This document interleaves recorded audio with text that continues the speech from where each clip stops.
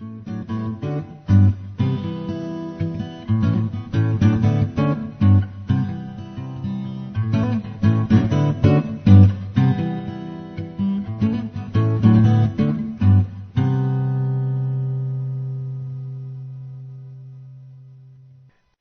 better verse would have been the 18th, but only if taken out of context, as Yahweh is speaking through Moses about his tribe, the priestly Levites, and about the Messiah who would come from the tribe of Judah. So in Yahweh's voice we read, I will raise up an inspired prophet and teacher from their midst or heart, a brother like Moses, who will ascribe my advice and counsel through his mouth, and he shall speak all that I appoint for him. And if anyone fails to heed the words he speaks in my name and authority, I will call him to account.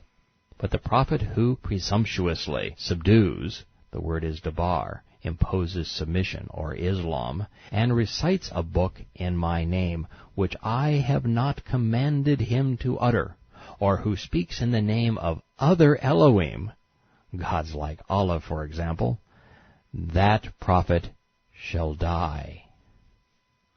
While the 15th and 18th verses referred to Yeshua, the Messiah, not Mohammad, the perverted pirate, the 22nd verse was prophetic of Allah's apostle and of his presumptuous recital, but not in a positive way. Team Islam claims John 14:16 contains the gospel prediction of Muhammad's arrival. So that we don't err by taking Yeshua's words out of context, I'll begin with the 6th verse. Yeshua said, I am the way, and the truth, and the life. No one appears before the Father but through me. Therefore, not through Muhammad. If you know or understand me, you know and understand my Father also. You have seen, experienced, and beheld him. He who has seen me has seen the Father. Yeshua is claiming that he and Yahweh are one in the same.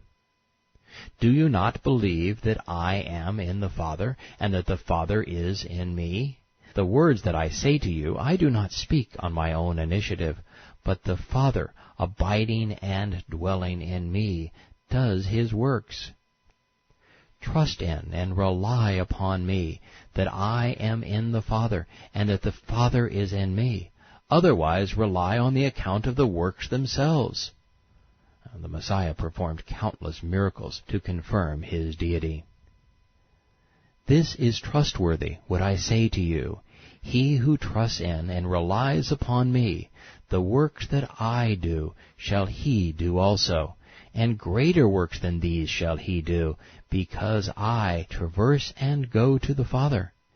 And whatever you ask or require in my name and authority, that I will do, that the Father may be glorified in the Son. If you ask me anything in my name, I will do it. And if you love me, you will keep an eye on my prescriptions. That brings us to John 14:16. And I will ask the Father, and he will give and bestow upon you an intercessor, an advocate and comforter, that he may abide and indwell you forever. That is the set-apart Spirit of truth, whom the world cannot receive, because it does not know, does not discern, experience, consider, or behold him, or know or understand him. But you know and understand him, because he abides and dwells with you, and I will be in you. I will not leave you bereaved, comfortless, or fatherless. I will come back and enter you. After a little while the world will see me no longer. Yeshua is predicting his crucifixion. But you will experience, behold, and look upon me, because I live. He's predicting his resurrection. You will live also. That's the gospel. We get to live forever with Yeshua because he sacrificed himself as a payment for our sins. It's the final solution. In that day you shall know and understand that I am in the Father, and you are in me, and I am in you. The Spirit of the Messiah, Yeshua, is the set-apart Spirit, and is Yahweh. They are three manifestations of the same thing, just as our height, width, and depth are three manifestations of our physical body. So rather than prescribing the arrival of an Arab terrorist who is long dead, Yeshua was promising us that His eternal Spirit will reside within us. In all of the Bible, it's hard to imagine Islam picking verses more damaging to their claims. Meanwhile, back in Medina, the mean, angry, intolerant, and racist false prophet behaved as the Bible predicted he would. Koran 5, verse 13. But because of their breach of their covenant, we cursed them, and made their hearts grow hard. They changed the words from their right places, the illiterate prophet pronounced, and forget and abandon a good part of the message that was sent them, nor will you cease to find deceit in them. It's the time bomb of Islam. They change the words from their right places and forget and abandon a good part of the message that was sent them.